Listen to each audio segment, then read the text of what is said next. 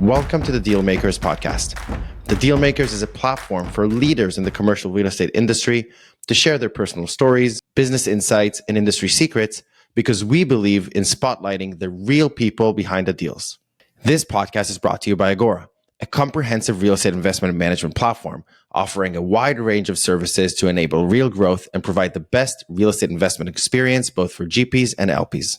I'm Asaf Raz. Let's go. And today with me, I have a very special guest. We had to, I think, postpone this a couple of times. It's been a habit of mine to move episodes around. This is also I'm very proud of this specific guest because he's also a customer of Agora. This is Itay Gamlieli. He's the CEO of Avenues Real Estate, and he has a lot to share with us in this episode. Itai, thank you so much for joining us today. And talk to our audience. Let us know who you are. Thank you, Asaf. So just introduce myself. Mm-hmm. All right. So I'm Itay Gamlieli. I've been in the real estate industry pretty much since the time I got to New York, which was way back in 2006. I was just a young immigrant who wanted to conquer the world, and what's a better place than New York to start with? I have to really go back now in my mind to figure out where everything started. I started as a real estate agent. Rental real estate agent. That was the locksmith or the moving of the time. Israelis kind of gave up more and more in those professions, and real estate came in, luckily in my time, which I find it to be a more interesting, more exciting profession with much more opportunities. So starting small as a real estate agent, I realized how quickly this business moves, how quickly you can actually make money, you can succeed. And more important than everything is that everything is about you. It doesn't matter the company you work for, or it doesn't matter the location even so much you work for. It doesn't matter. Many things don't matter as much as it would be if you were like a salary person. At the end of the day is how early you come to work, how many hours you put into, how many follow-ups you do, how many times you pick up the phone, how much you spend on research. And the more you do and the more you're invested into it, the more you succeed. So as a young immigrant who had nothing to do pretty much besides working, I remember taking the train early 7, 8 in the morning to the office from some neighborhood in South Brooklyn until like 10 p.m. at night. I just wouldn't want to leave the office. First, I preferred Manhattan. Back in the days, the difference between Manhattan and Brooklyn were grand. It's not like the Brooklyn of today, which is much more up and coming and great and has things and locations and restaurants and events and a basketball arena. It had nothing pretty much to offer. So I didn't want to be there. So I spent time working all the time as much as I could, made deals and realized what it's all about. And very quickly, I realized once I closed my first deal, it took me about 2 weeks. I realized this is the industry I want to be in. It's funny here. It's kind of stupid a little bit, but I remember when I just got here and my friend told me, "Oh, you should work in real estate." I'm like, I would never heard of this company, but I'm willing to try. So I had like literally no idea what are we even talking about. So my boss back then took a chance on me, and I hope they didn't regret it. But quite quickly, I got into the world of renting, and with time, I grew into this. And then I opened my own company, and it used to be called GZB Realty. And then we grew, and it all went into. It was just like this big fast train that goes over the years. So somewhere in 2018-ish, I was just working with my team. We had about 80 agents back in the time. And the way I would get exclusive is I would find like older landlords that had those crappy old walk-up apartments, and they never wanted to invest any money into them because they were not like savvy investors. Like they would know, I put more money, I get more rent, I could refinance, I could do this. This is the worst their income. So any money they put into the building, for them, it was like less money in my pocket. And on the other hand, I saw all those amazing, very savvy, sharp developers and investors like Icon Realty and others, that how they figured out how to make even from crappy old buildings like luxury living style and updated units with laundry in the units and new kitchens and from an old roof you make a nice rooftop. From a crappy basement you make storage and other things and amenities that even a Walker building can have some in the amenities.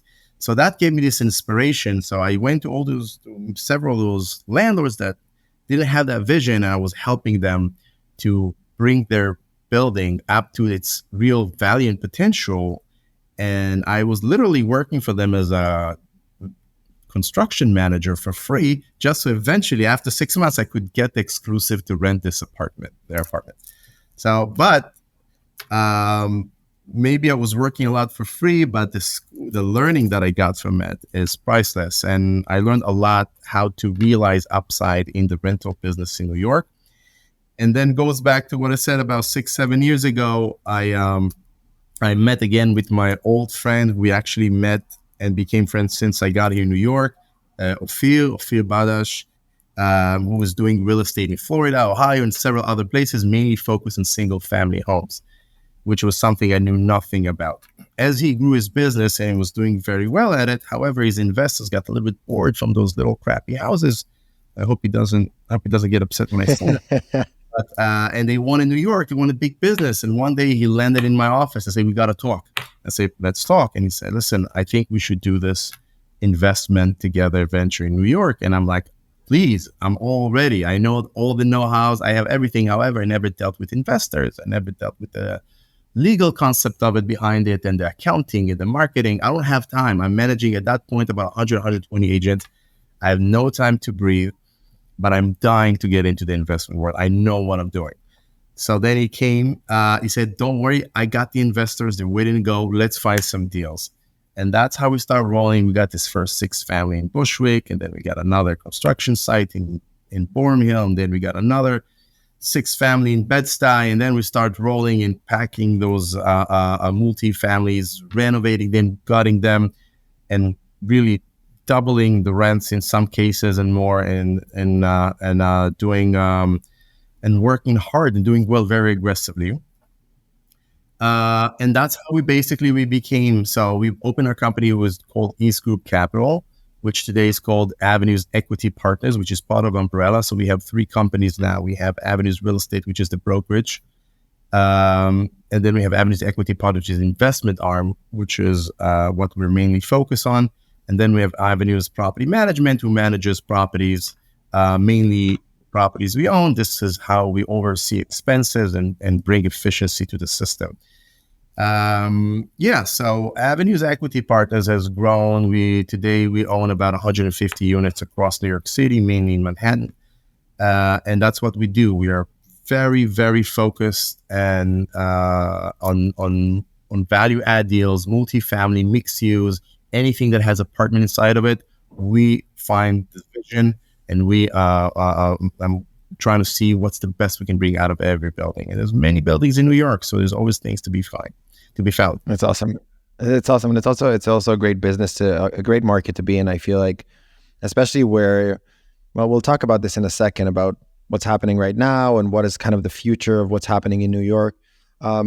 Before we dive into that, I want to ask you one question that I think is going to be very interesting, because we have an audience of both developers, GPs. We have an audience of brokers. We have an audience of investors, private equity investors. We have a bunch of different people listening to this podcast. And I think the one interesting question that came to mind for me was, how do you take that transition between being a broker to actually becoming an investor and developer, especially in New York City? I feel like this shift sounds natural, but inside I know how brokers work, and I know how investors, developers work, and it's not very natural. It's not very quick. So how did that change happen? How did you make it happen? So it's an interesting question. So I'll try to break it down without going too far into details, which I tend to do a lot. So there's different type of brokers, right? There's the commercial brokers. Let's leave out of the equation right now. The leasing for the offices or retail, 2 different animals. They're all their own. There's the sales brokers of building, the commercial sales brokers, which are more like information savvy. They're all about the numbers and the cap rates and the financing, and they have to really understand all the aspects of the investment in order to be able to add value to any buyer or seller. And then there's the residential brokers, which also you can split. There's those who sells apartment. Usually, they tend to be more about, I try not to hurt anybody's feeling, but more dramatic, a little more emotional, because basically a residential transaction it's always emotional. It's never about the money. Anybody who buys an apartment needs to fall in love, not to fall in love with the numbers. It's with the apartment itself. So, but the rentals, which this is what I was doing and focusing on, it's also about time management, because it's a huge free-for-all market. There's a big a portion of the market that's called open listing market, which is most of the big rental buildings that are available for rent. And those landlords are offering them to everyone. It's a big free-for-all, like a Hunger Games in apartments renting. So young brokers who have no network, no exclusive, what are they going to do, right? They can't go into sales because nobody knows them. Nobody's going to use them to buy, and nobody's going to use them to sell. But the open listing market gives an opportunity to start something from nothing. There's a bunch of listings out there. You can advertise them. You can show them. You just need to schedule an appointment. If you can funnel leads, people who are interested in renting to those buildings, eventually you will make deals. If you do it well, you make a lot of deals. And we had agents that made out of open listings $500,000 and $600,000 gross commissions a year. So it's a crazy market. You can really do well if you understand how the mechanism and how to do the system, how to figure the system out. So as a rental agent, that's how I started. So it was me about time management, understanding the apartment, understanding the volume. So it kind of complemented, I think, when you're looking for a building, because when I look for a building, it's all about the apartment, the layout. What can I do with them? Can I split them? Can I open this wall? Can I do that? Can I get more rent if I add this? So the rental agent experience gave me a lot of value of how I underwrite and how I see buildings. Because I think that, and when I work with a lot of companies and I talk to a lot of friends that from different investment companies, some are bigger, some have been around for longer, I found that I underwrite buildings different than them. They're more focused about the numbers, which maybe helps them do the same type of underwriting in different cities. They can underwrite a building in New York, the same thing that we do it in California or in different places in Florida. To me, I figured out my system is specifically for New York, just because that's how I raised in my business. That's how I grew up to learn about this business. So I don't think I'm not even trusting myself to underwrite a building in Florida or anywhere else, because it's very New York focused. And that's how I believe we find fantastic deals, because we look more than just the numbers. It's really, there's a lot of treasures hiding behind the bricks and the doors and the windows that you need to understand that from the life perspective of a tenant, from a renter, and what brokers see as they see thousands of apartments over the course of their time of work. So the transition, back to your question, was very natural. If I would focus on sales, of selling apartment as a broker, and then go buy rental buildings, I don't know if I would be as successful on that. That's extremely interesting. And I think for anybody who wants to make that transition, now you know how it feels. And obviously you can reach out to Itai. He can tell you a little bit more about that. We're going to put his social media channels. Everything's going to be in his bio. So please do reach out to him. So let's shift a little bit into what's happening in the real estate itself, specifically what's going on in Manhattan right now. And I'll try to focus on two topics that I usually do, because I get different perspectives every time I ask this question. And I think it's this connection between interest rates and obviously all the costs going up, construction, insurance, right? Everything's kind of shot up, right? Right now we're seeing a little bit of I would say a balancing out of the interest rate, and even we're expecting them to go down somewhere in September, hopefully. But how does that, yes, there we go. So how did that influence your business and what you've been doing in the past, let's say, couple of years? And what do you think is going to happen into the future when you're forecasting, let's say, this year and next year? So when you're long enough in the business, the interest rate becomes a two-ended sword.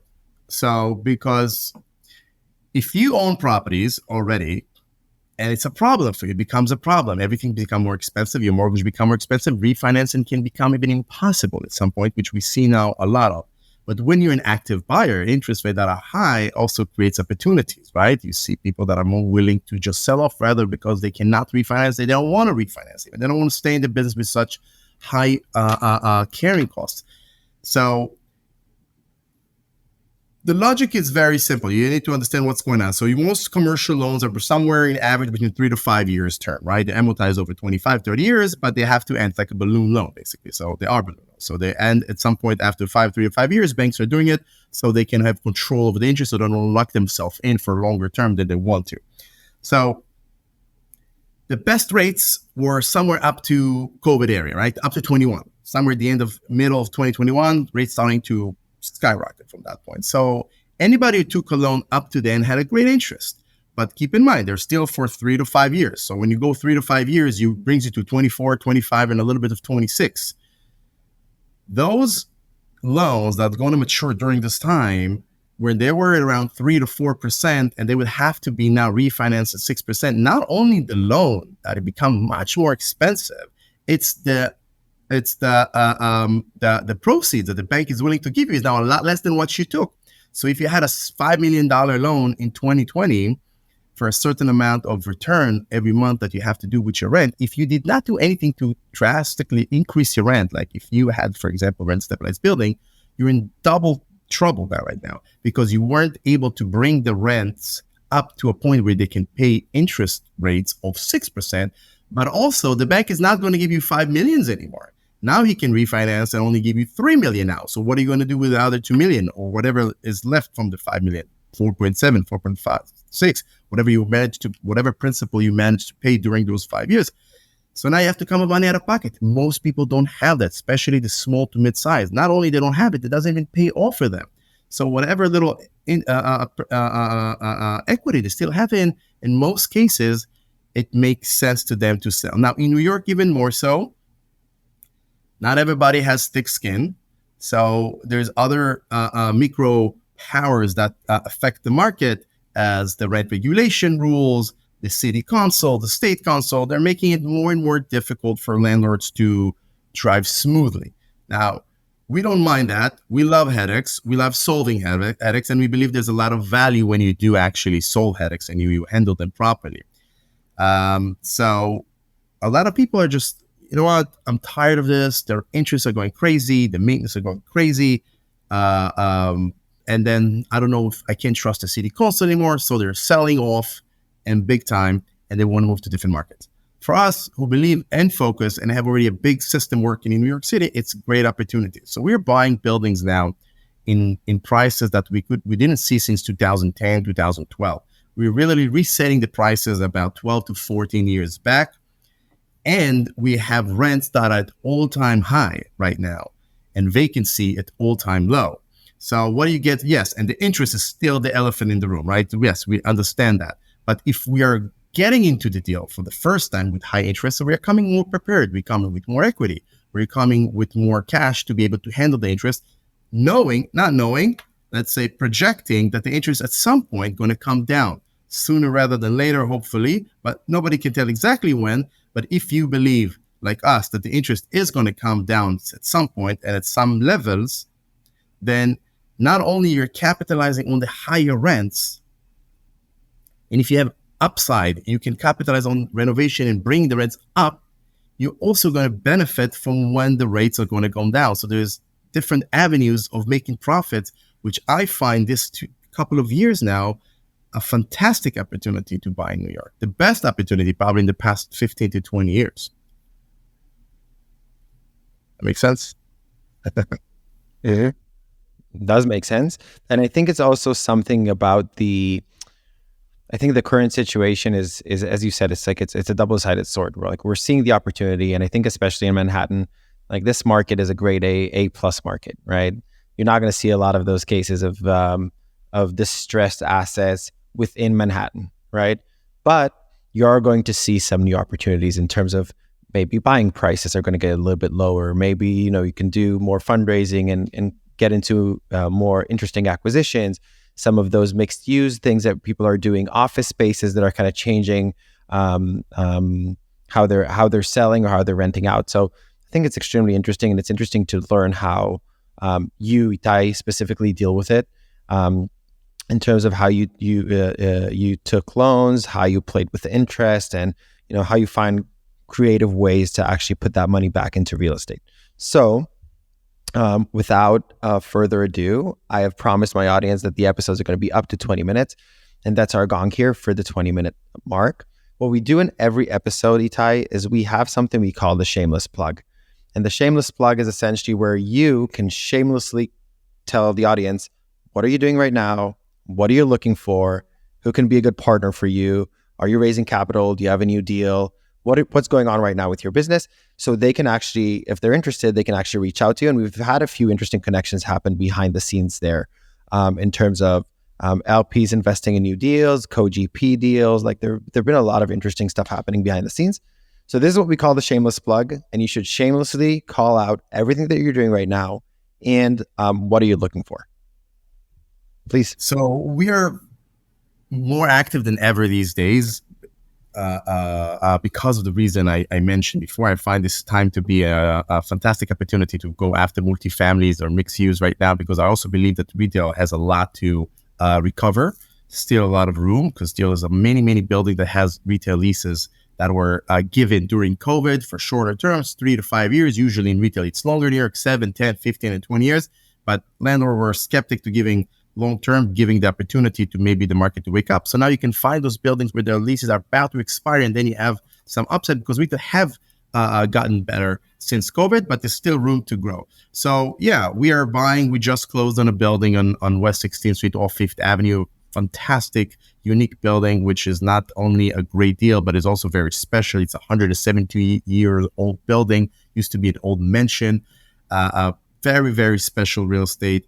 We're in contract to buy 3 more buildings on the Upper East Side. There's another building in Chelsea and another one in Soho. So we are very active all over Manhattan. We're focused on prime location. We're focused on good cap rate because we don't take for granted that the interest is going to come down tomorrow. So we need to have strong income right now. And we are obviously not buying without upside. It's not just buy and chill. For that, I personally believe investors don't need me. If I'm part of your partnership, I want to make sure I bring value to you. That's why we're doing only deals that have a lot of tremendous upside hidden in them. I wish I could buy buildings and make them super profitable without doing anything, but I'm not that lucky yet. Awesome. Amazing. Itai, thank you so much for joining me on this episode of The Deal Makers and sharing your valuable insights, experiences. It was truly enlightening to hear your perspective, especially on what's happening in the industry and what's happening in Manhattan, what's happening in your business. To our listeners, thank you for tuning in to another episode of the Deal Makers podcast. If you enjoyed this episode, be sure to subscribe so you never miss out on the latest conversation with industry leaders. Stay tuned for the exciting episode as we continue to explore the stories behind the deals and the people making them happen. Itai, thank you so much for joining today. See ya.